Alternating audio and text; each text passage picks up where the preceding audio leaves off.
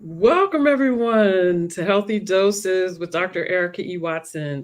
I'm Dr. Erica E. Watson. Today's going to be a Superfly show. We have a lot that we're going to discuss. And we need today for you to send in your questions and your comments and your thoughts and all of your discussions, please. So today our focus is cooking for joy and cooking for health. We're going to talk about 3 ways that we can incorporate happiness into our food. This is my business. It is called Wise Tree Health Connections. Please take out your cell phones to scan the QR code. You can set up an appointment with me. I am a clinical nutritionist and I do telehealth and some on-site work with patients. And anytime you want to talk about clinical nutrition, I am here. So please feel free to go ahead to scan now, or you can scan at the end. And I'll also have information about Wise Tree Health Connections and our guests' information posted on the YouTube channel as well. Thank you today to Career Communications Group, to Nikki Stevens, who's a programming director of the Metaverse platforms for Career Communications Group. So for all of CCG, Quan Hurst, who's the Chief Operating Officer for CCG, Black Engineer of the Year Awards, and Women of Color. Yay! Now I get to introduce our guest for today. Dr. Stephanie Drouse, who's here with us. I'm so excited. Is a naturopath. You're excited too. Oh, yeah. Dr. Drouse is a naturopathic physician and a yoga and meditation teacher living and practicing in Mystic, Connecticut.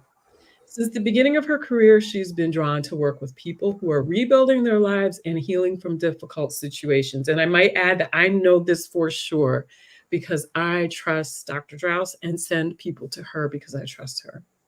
And she has spent more than 20 years growing her skill set and working with post-traumatic stress, anxiety, and grief. She has a background in the performing arts and believes deeply in the power of story, of laughter, and rest, which we'll talk about today, to help us to heal and thrive. In her free time, she can be found spending time with the butterflies, the bees, and the birds in her rewilded yard. Thank you, Dr. Drouse, for joining us. Thank you, Dr. Watson. It's so great to be here. I know this is fun. It's already fun. Okay. So we're talking today about stuff that you and I are really connected to, namely food, meditation. Well, you're more connected to meditation than I am. I'm going to learn something today, and happiness and finding joy. And I hope that by having conversation today, you and I, and hopefully our folks who are out there too, will really be able to spread the message about incorporating joy into cooking and eating, because when we can do that, we can bring health to our bodies. So just a reminder, last time we met, which was a couple weeks ago, I think, on Healthy Doses, we talked about eating to increase personal growth. And so we talked very specifically about energizing foods and calming foods. And I think I went all super sciencey on everyone. We talked about different nutrients in the foods, which I didn't list all the nutrients this time, just the foods. So some of the energizing foods included citrus fruits, green leaves such as kale and collard greens, and green peas.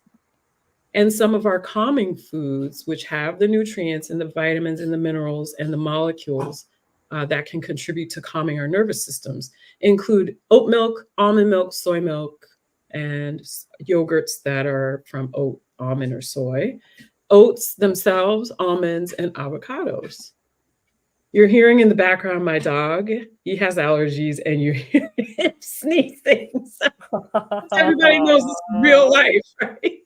About hot peppers and how people kind of felt about hot peppers. Some folks reported that they felt woo, empowered and energized by hot peppers. And some folks reported that they felt overwhelmed and therefore calmed because they were overstimulated. So we had a good discussion around that too. I don't know, Dr. Drouse, any thoughts about hot peppers for you or any of the foods that we mentioned? I love the oat connection.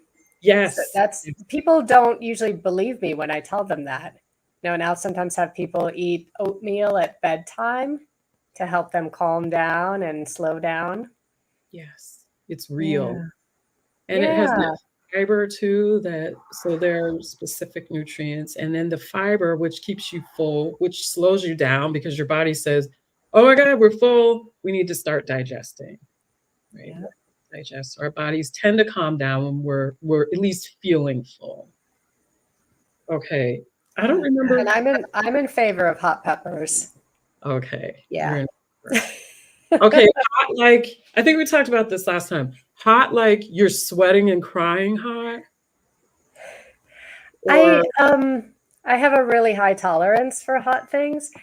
We share, of course, a Chicago connection. And yes. one of the things about going out to eat anywhere in Chicago for any meal is that there's always hot sauce on the table. And New Orleans is like my second favorite city, and same thing. And Connecticut sometimes. Usually you have to ask for it where we live here in Connecticut, but they will have it somewhere. But I like things hot, hotter than most people. Like sometimes I have to convince them. I remember being at a Thai restaurant and having to say, like, I know I'm really pale. Yeah. I really know it's okay. I really do mean I want the hottest level. Yes, the one you don't even have on the menu hot. Yeah. Yes, Yeah. the special request hot. Mm-hmm. I was cooking with a group. I did anti-racism in nutrition mini course last week or 2 weeks ago. And I brought in yellow eyed peas instead of black eyed peas. Yellow eyed peas are so good. Oh my goodness. If you all can find them, just cook them. Cook them the same way as you do black eyed peas. I brought in yellow eyed peas and collard greens and I don't remember, maybe rice. Oh no, it was hot water bread. And we had everything out. And one of the participants, she's so sweet, she said, the only thing we're missing is hot sauce. And I thought, oh my goodness, you're right. I didn't have any hot. I said, oh my goodness, I'm so sorry. Well, because that's a staple, right? For certain cultures in certain areas of the country, Chicago, Louisiana. Come on. There's hot sauce on the table. And hot sauce is something that is the types that we generally eat are derived from West African hot sauces from way back in the day, from before folks were enslaved on the continent of what's now the United States. And so that practice of using hot sauce on pretty much any food has filtered through our culture and has remained so today. So I find that to be very grounding and it's good. Do you like hot sauces with a lot of vinegar background though? I do, but that's not my favorite. And you have to understand our refrigerator, if you were to open our refrigerator right now, it's like mainly hot sauce because we accumulate them. We keep buying them. And so it's like, which one today? Oh, and then there's a whole range of various versions of chili powders also in play. So we should have done a peppers episode. Next time. I didn't realize that I didn't know this. Now, are you putting hot sauce on? Do you eat grits? Yes. Not nearly enough. Not often enough. Do I put hot sauce in grits? Yeah. Sometimes. Okay. Sometimes. Okay. I mean, I'm thinking of like my favorite place to get breakfast in my last neighborhood in Chicago, where it would be a big plate of like their amazing omelets, grits, biscuits, and there'd be hot sauce on the omelet, so the hot sauce would get into the grits. But of course, it was butter in the grits. Right. Yeah. Oh, it's so I'm gonna be homesick now. Well, look at this. Look at the emotions that were just evoked, right? Just by talking about the memory of your food, of food that other people cooked for you. And clearly they must have been cooking with some kind of joy because that was transferred to you and has become everlasting. Look at that. It all ties into today. Look at that. That is it. And it's the kind of place, and maybe you have a place like this too, that when we come back to the city to visit, it's like a list of friends and Sweet Maple Cafe. Oh, and we have to show up and say hi to the people at Sweet Maple Cafe when we're back in town. You have to do it. We were just in Chicago 2 weekends ago, and I forgot the name of the place because it'll come to me while we're going through the show. It was really nice, and they had vegan burgers. So I have to go back, and when I remember the name, I will shout them out Yes. today. Yes. Yes. I know it was down on the river. We'll get there. We'll Okay. get there. So thank you. This is why we talk about food, because there are connections for everyone on the whole planet. And again, just a reminder, I think we talked about this last time. There are many people who do not have enough food, or who have disordered eating, or who don't have any food. And so today, if anything feels triggering or overwhelming, please take a break. You can leave the show, you can email me separately and ask questions. But we want you to feel comfortable here today. So just want to put that out there. All right, we have 3 tips on how to incorporate happiness into our food. The first one is to eat whole, non-animal based foods, and we'll talk about that. The second one is to meditate while cooking or from cooking. And I don't think you can meditate from cooking, but I was trying to think of how to say this. I think we naturally can meditate while we're cooking, we just don't realize it. We'll explore that. And then the third way is to enjoy your preferences. Maybe you enjoy simple cooking, maybe you enjoy complex cooking. I actually have something I'm going to prepare very quickly for us today that I consider to be very simple. The flavors are complex, but the cooking is simple. And actually, there's really no cooking. It's like non-cooking cooking. Well, let's get started. All right. When we talk about non-animal based whole foods, we're talking about vegetables, fruits, fungi, mushrooms, talking about mushrooms here, edible mushrooms like button mushrooms, shiitake mushrooms, algae like seaweeds, microgreens, which are kind of the pre-full vegetables. So you can get like broccoli microgreens in the grocery store. They're extremely expensive, but they're really, really, really packed with more nutrients than you could possibly imagine in a little amount. Seeds and nuts, these are all non-animal based whole foods.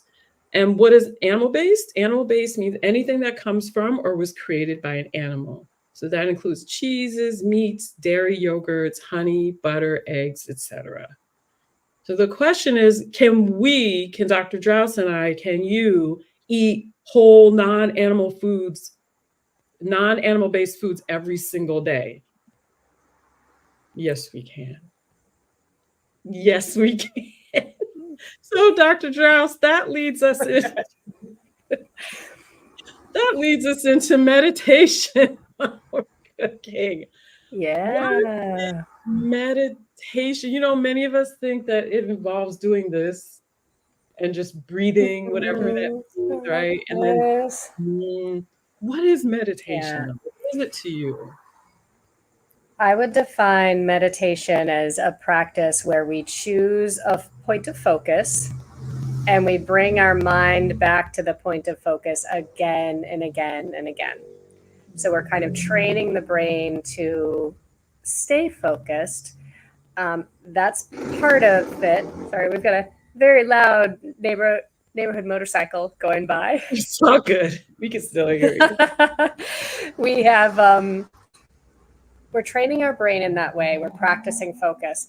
And also, we're doing all of this with great compassion and love for ourselves, which means that if I say my point of focus is my breath, and I'm going to sit for a while and just watch my breath, naturally my mind is going to start wandering. I'm going to start thinking about eating breakfast at Sweet Maple Cafe, or which chili pepper is my favorite, or why didn't I cook this thing the other night?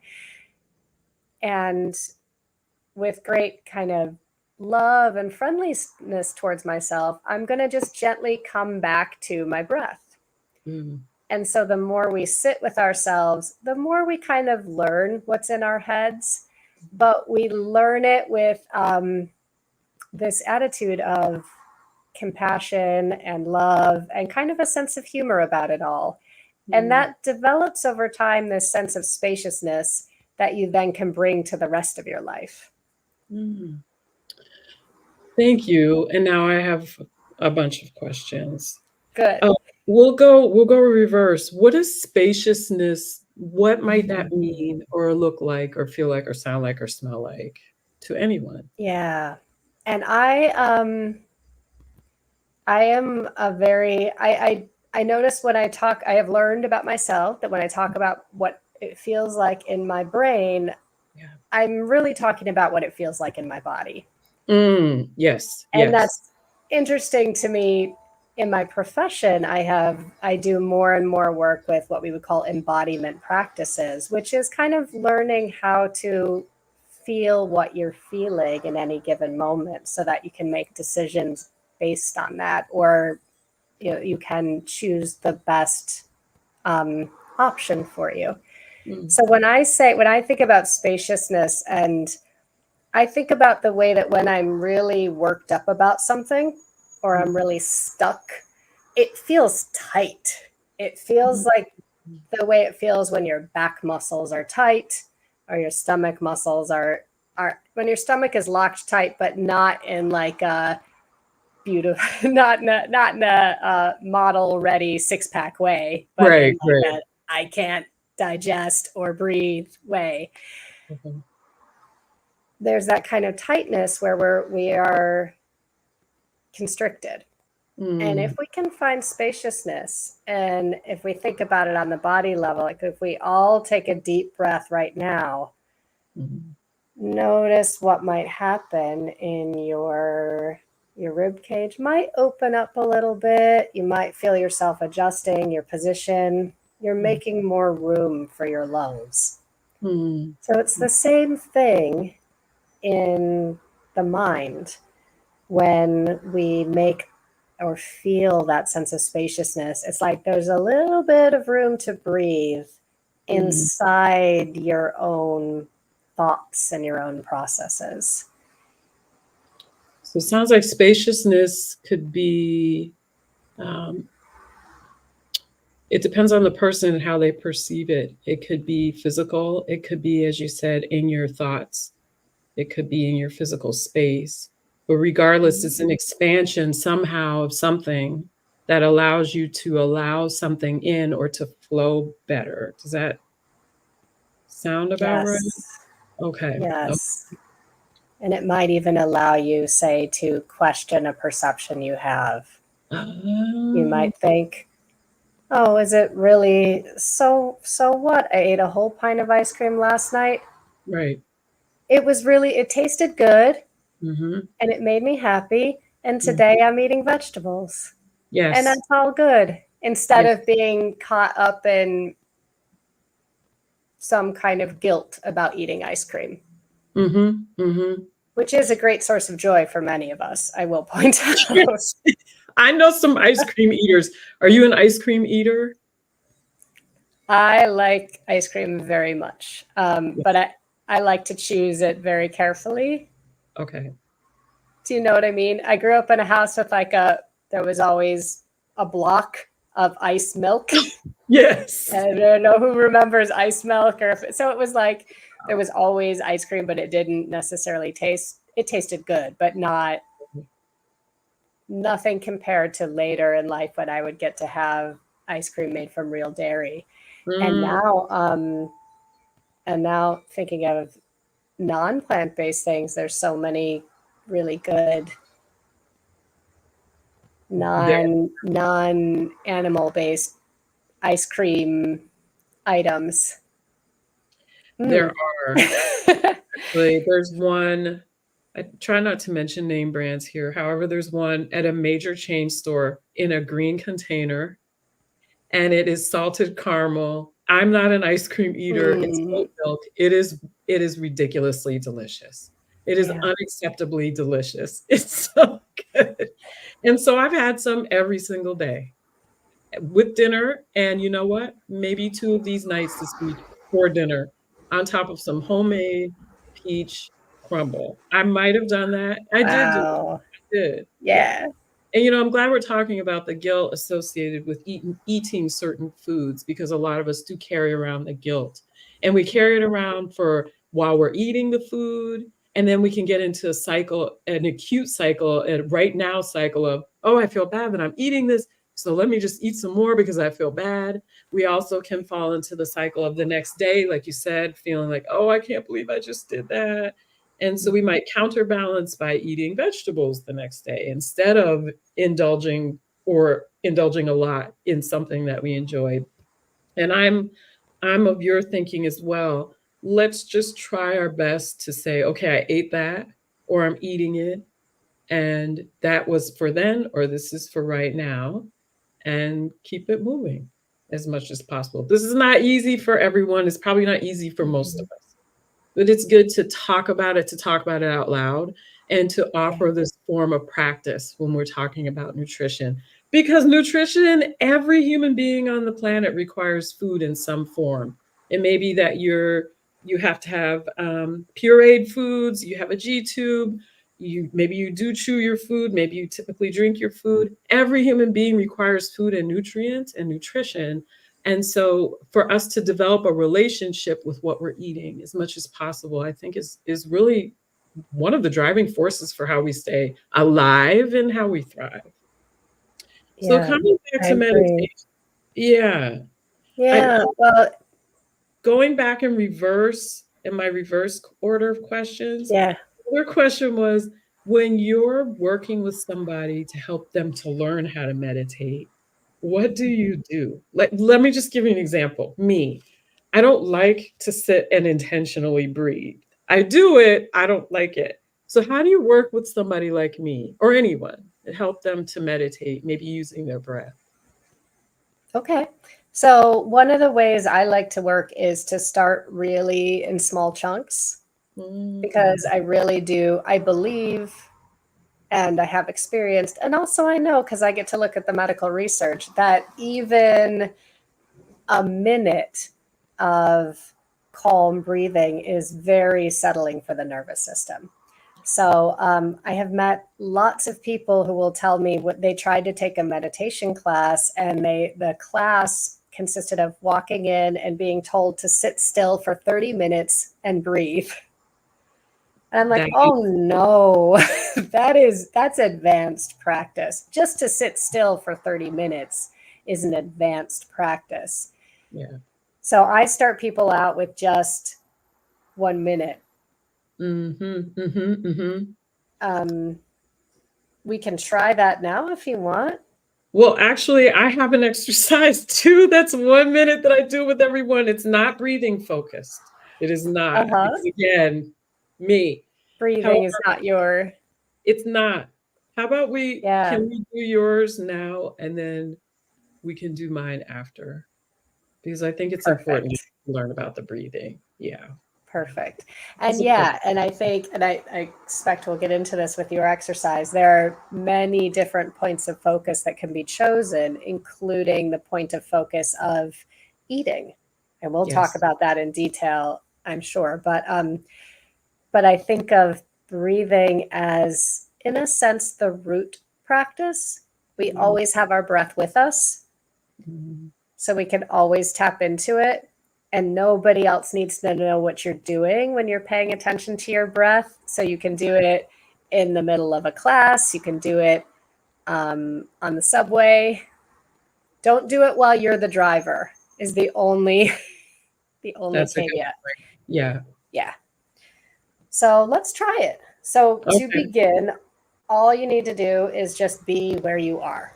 Mhm. So let yourself really feel yourself right now. And when I say that, I am going to invite everybody to do that. If there's any part of your body that you don't want to feel right now, that's okay. You don't need to pay attention to that. And that includes your breath. So if paying attention to your breath right now, just if that feels strained or icky or uncomfortable, you can pick something that you can see in your vicinity. Mm. Okay, whether that's a painting or I've got like trees and butterflies outside my window right now, but it might be as something as simple as um, a book, something in your sight that you can focus on. Okay. So pick that or your breath and just notice. You can close your eyes if it feels safe and comfortable to do that, or you can just kind of take a relaxed gaze.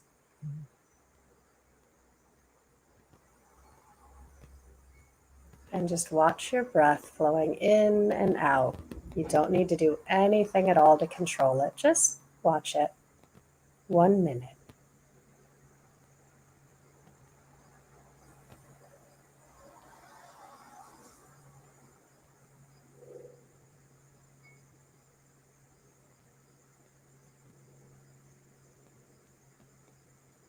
And if your mind wanders, just gently come back to watching the breath.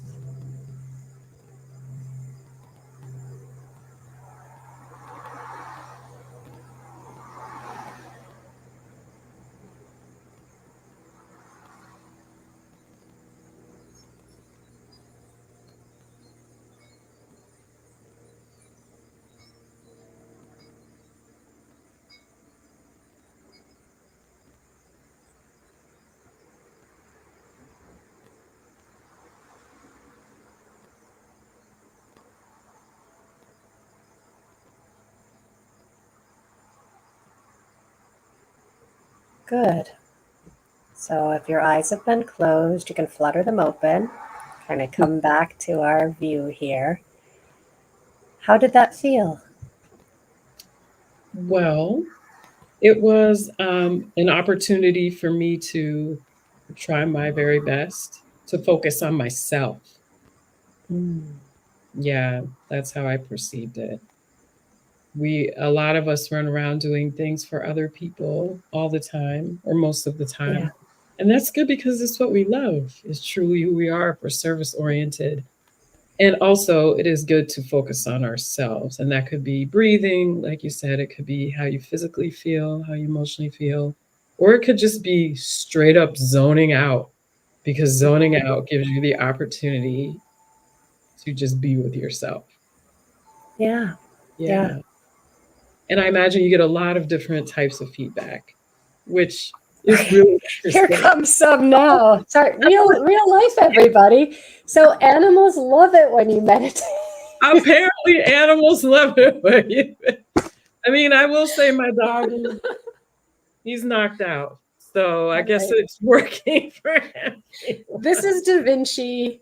He also really loves online meetings for some reason. A lot of cats do. And I wonder. Don't you want to go look out the window? Go look out the window. There's something with cats and Zoom meetings for some reason. I don't know what it is. I'm sure there's someone in the world who will study that. Well, thank you. That's actually a great lead in for us starting to talk about meditation while we're cooking, or perhaps that results from cooking. I think that I meditate when I'm cooking. That is when I meditate the most and the best.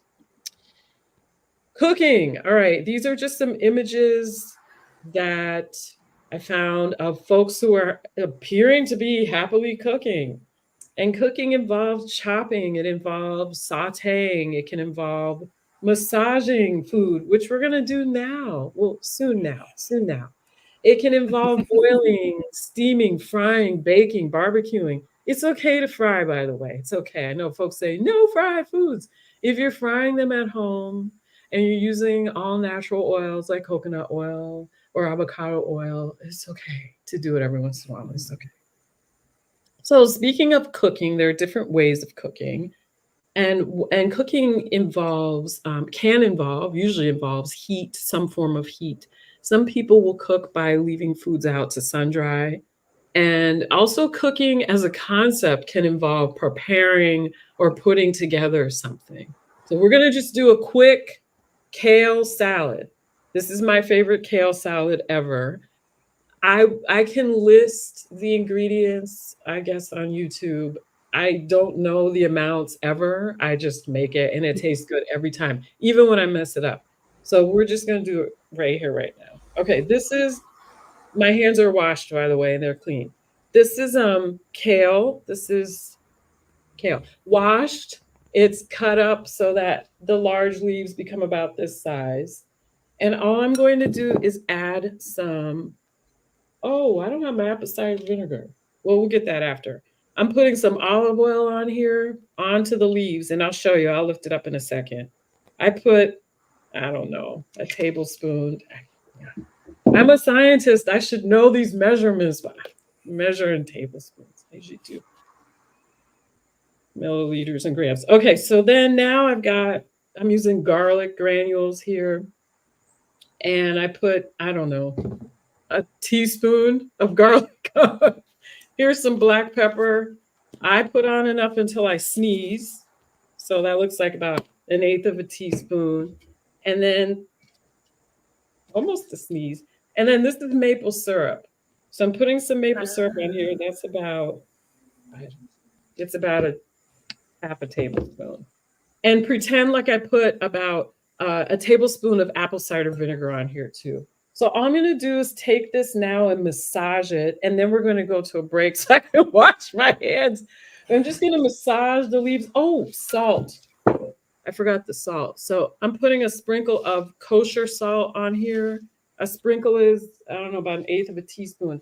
Now what I'm doing is I'm grabbing the leaves and I'm massaging all of the ingredients into the leaves. And what it does is it helps to break down some of the fibers of the leaves.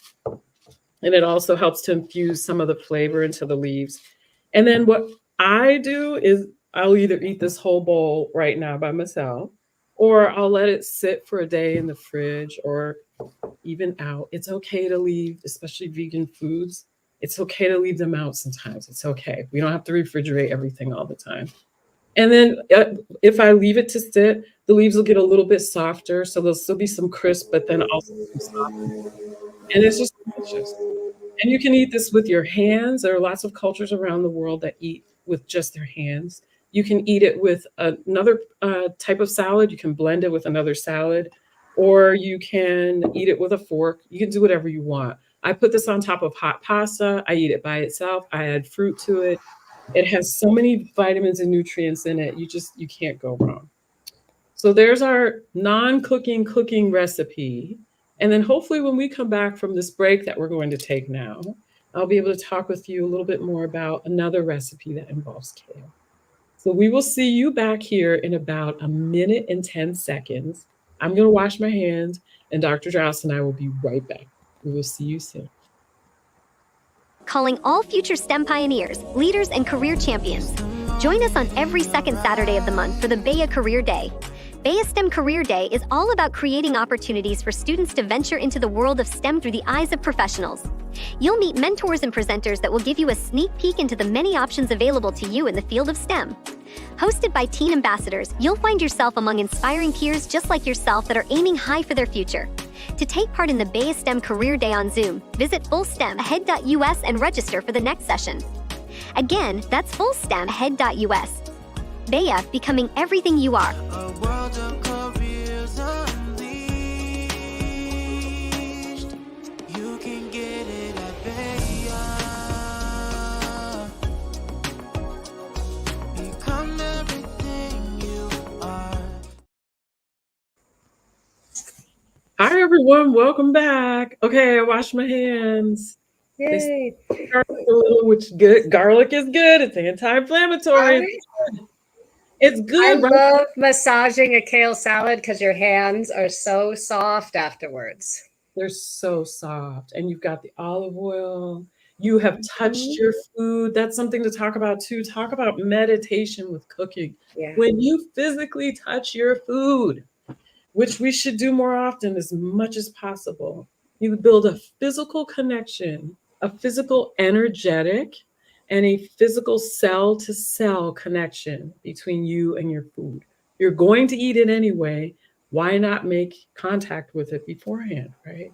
And it seems like these are kind of like, ooh, whoosh, whoosh, whoosh concepts. Like, oh, really? Touch your food? Okay, that's a little woo-woo. It's not woo-woo. It's actually science. It's really science. When you connect energetically, so you connect your energy to any other object, you're transferring energy. You're also absorbing energy. You're sharing energy.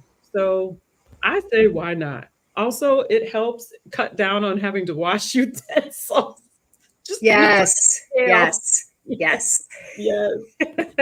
All right. So we are back. Thank you for joining us today. I'd love to see some questions or comments come in. I know over the summer is a little bit of a challenge to join the webcast because folks are on vacation. They're traveling all around the world. If you're here, go ahead, pop up your question or your comment. We're here for you. Okay. Here are some ways to meditate while we're cooking or from cooking. So the rhythmic and safe chopping and prep. I don't have a knife here. I did one episode and that was very knifeful episode. Using your knife to rhythmically chop onions or chop other vegetables or fruits is in itself, the rhythm in itself helps to center yourself emotionally, mentally, and it helps to physically calm your nervous system. Just be safe. So, for example, I may have cut myself one time while cooking and had to go to the hospital. Please be safe when you're cutting. Please, please, please be safe. Playing music while you cook can be a form of meditation while you're cooking. Dancing. Dr. Draus, I guess it's two questions. One, do you cook? And two, do you ever dance when you cook? Yes and yes. I must say, mostly my husband does most of the cooking these days. Okay. And but yes, I do cook. I sometimes cook, and I love to dance. So dancing while cooking is one of my favorite things. I love having. I live in an old house with very little counter space, but there is more room for dancing because of that. There's no place to put things, but there is room to dance. There's a place to put your feet. That's right. Which means dance. We must.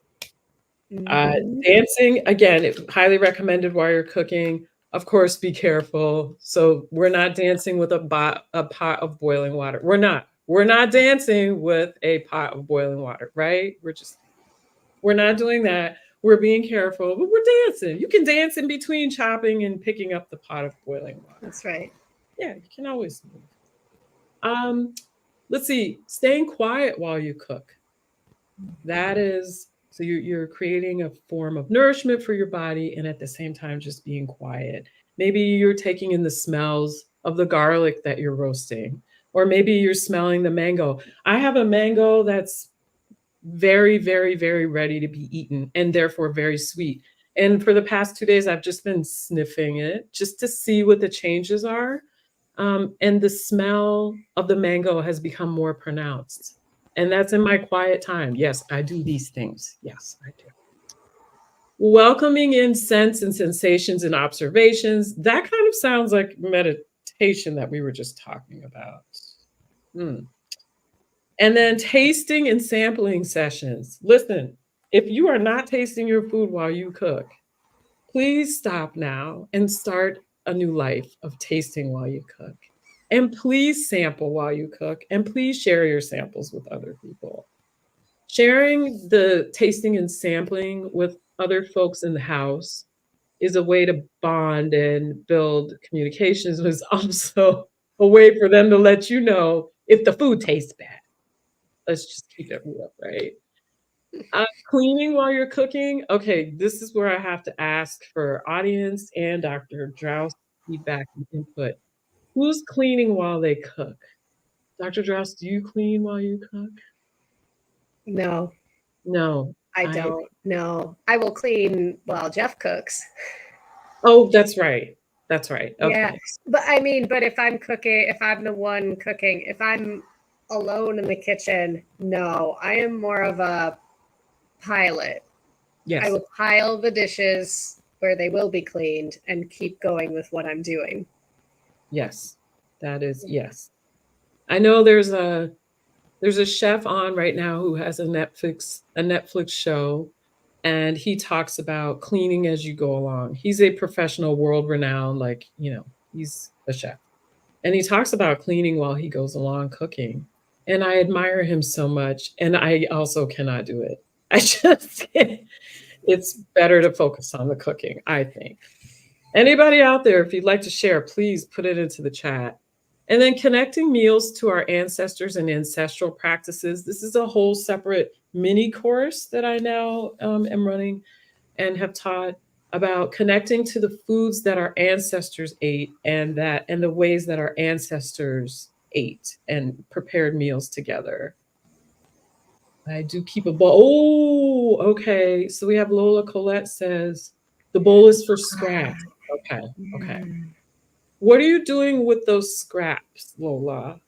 While I'm talking about the ancestors here.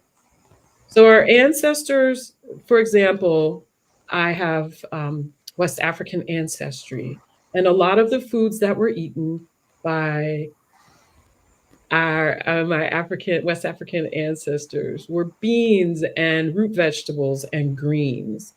And so when I cook those foods, not always, but I try to as much as possible, I try to think about how they were living, and how they brought the foods here to what is now the United States, and how I'm now eating them, and how maybe Dr. Drous is now eating them, and everybody's eating them, and how important they are nutritionally and historically, and how they kept families alive, and how people could sell these foods and share the foods, et cetera, et cetera. Again, I'm a clinical nutritionist who's obsessed with food, so you don't have to think like I think, but this is how I think. And it helps me to feel better when I eat. I feel fuller and I feel more at ease. So think about your own ancestry. If you know what your ancestry is, maybe you have Chinese ancestry, maybe you have Polish ancestry. Think about or learn about or find out about how your ancestors ate, in the ways that they ate and what they ate. Dr. Drous, well, let me pop over to the comments right quick here.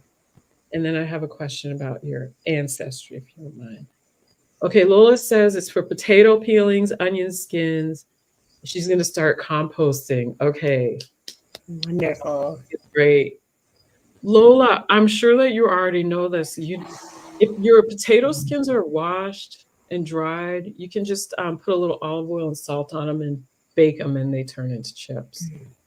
And then your onion skins, you can boil in water with salt and make a really quick onion broth that you can use for anything. And or you can just compost. Compost is good. So I saw that Sharon Watson sent in a comment that she cleans while she cooks. Yes, thank you for the inspiration. Yeah. Yeah, there it is. Yeah, she cleans while she cooks. Again, I admire you. Thank you. So Dr. Drous, do you know what your ethnic background or racial background is? Number one. Number two, you don't have to share if you don't want. And number two, do you ever think about the foods that your ancestors ate or that your relatives eat? Yeah, I am Polish and German and a little bit of French Canadian. And my Polish side, because I just learned that I have one more generation born in this country than I thought I did, because my grandmother had a strong Polish accent. So I always thought that she was born in Poland and then came, but she was born in Chicago. But she was my link to my Polish heritage. And we didn't learn the language. I'm actually trying to learn it now, but the way that, and I think this is fairly common for immigrants of the time when she immigrated and the time when she was raising my father, it was, everyone was trying really hard to fit in, which at that time meant lose your language, try to let go of anything you can that would make you stand out. But what they kept was the food. So my Polish heritage was very much expressed through pierogies and lots of sausage. I myself don't eat meat. I haven't eaten meat since I was 15, but I always say I had enough sausage by the time to last for the rest of my life because of my heritage. So it's funny, last night after Dr. Watson and I were planning this, my husband went to the grocery store, came home, started cooking, and he made the most amazing meal. It was pierogies and collard greens. What? It was so good. Like, talk about combining different ethnic sets of foods that have become very much a part of our life because of where we live and where we have lived. And it was like Oh, I highly recommend. He's just sauteed the collards in, I think, butter and oil, Okay. and lots of spices, and then added these were potato and cheese pierogies, which is the most basic pierogi. And if anyone doesn't know what a pierogi Yeah, we is, need to talk about they pierogies. Yes. yes, they are essentially, sometimes they're called Polish dumplings, but it's kind of a thicker flour dough that is stuffed with usually potato and onion is classic, cheese is classic, meat. These are the flavors you grew up with. Yeah. I don't ask me what kind of meat, because you never say. It's just meat. Mhm. It's meat. Yeah. And if it's a very good day, you might get a prune pierogi or a plum pierogi. Oh, okay. Yeah, but Last night while I was cooking, I made a vegan macaroni and cheese, which is actually ridiculous. I need to share that recipe. I found a bag of prunes, dried prunes, and I was just eating them. They're so good. Such a simple yeah, food. And we don't eat them. I don't know why we aren't eating them. They're soft, they're chewy, they're the perfect size. They're wonderful for digestion. Listen, if anyone here is experiencing any form of constipation, please eat prunes if those are okay for you to eat. Please eat them. They're just lovely. They leave you feeling full. They don't spike your blood glucose. They're so good.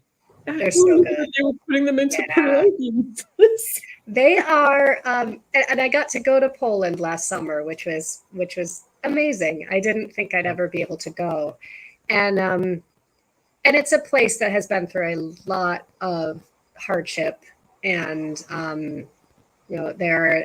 it's very hard to find the links. We can talk about ancestral memory. I confronted a lot of things that were not really talked about in my family, and I think a lot of us have. I always joke that the classic, I have a classic second generation, or I guess third generation immigrant experience, which is that you find out about the trauma 2 generations later is when the trauma, when you learn about what happened and everyone goes, oh, okay. But to be in Poland was very interesting. The food really was the food that I grew up with, eating in Chicago, like Polish Chicago neighborhoods and at my grandma's house.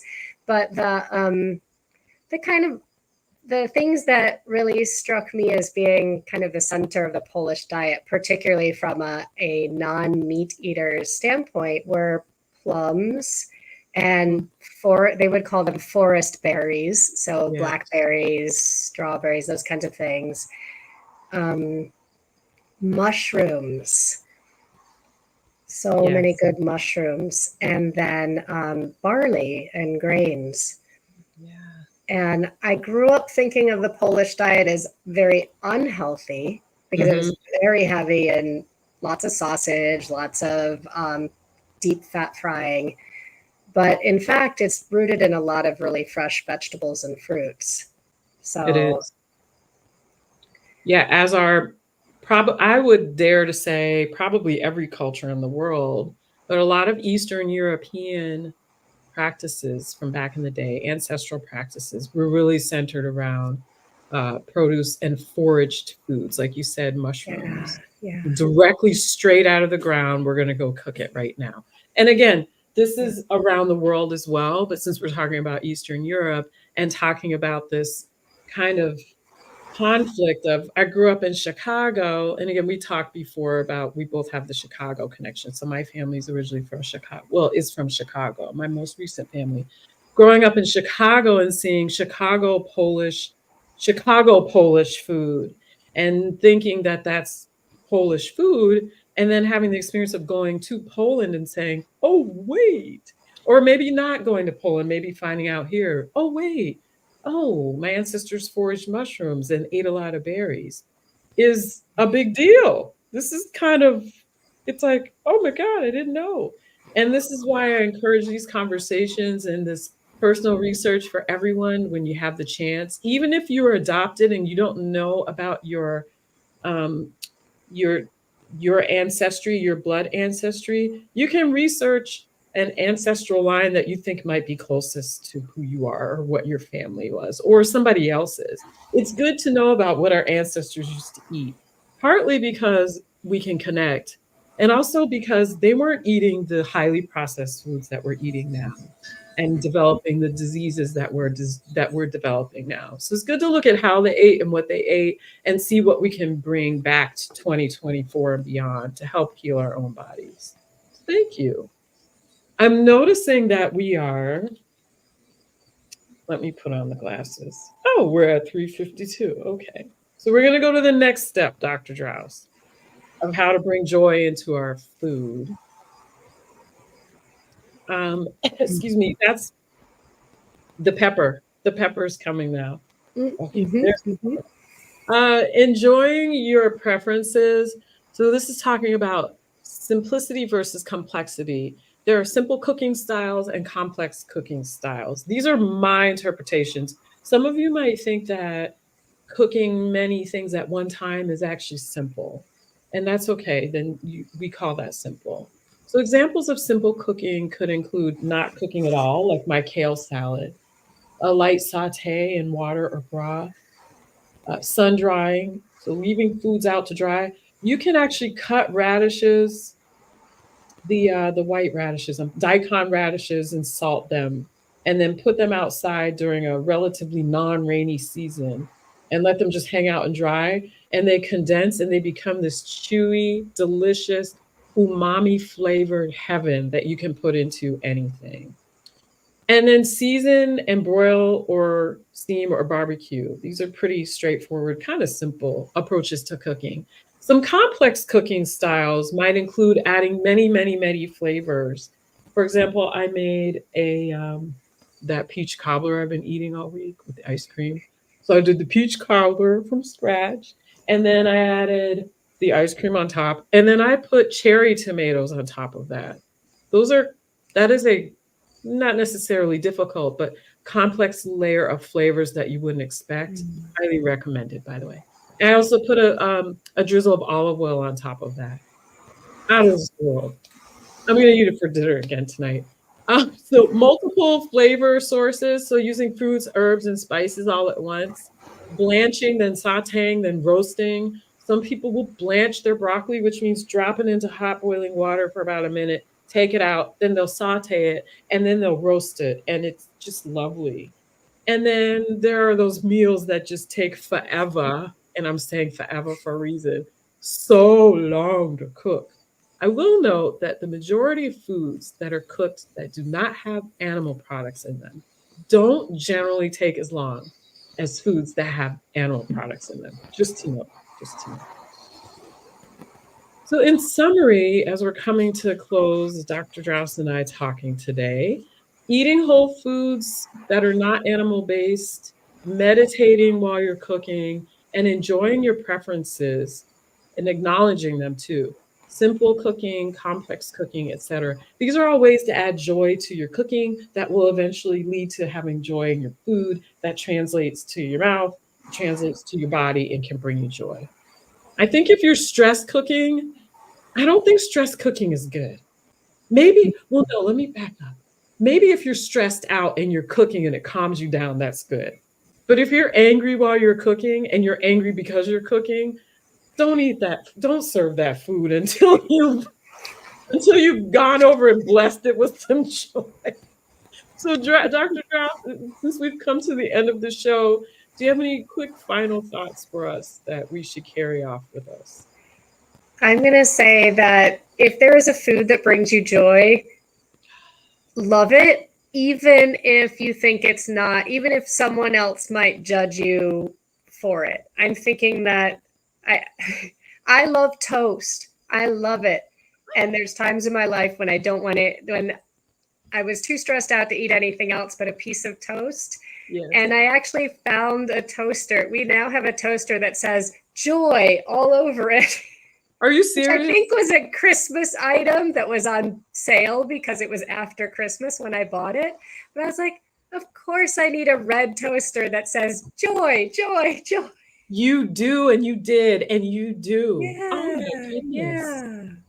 So eat the food that makes you feel good. Mhm. Yeah, I agree. I think that's all we need to say. I totally agree. And I thank you, Dr. Drops, for being here today. I will put, because for some reason I didn't put it into the slides, I'm going to put your information for your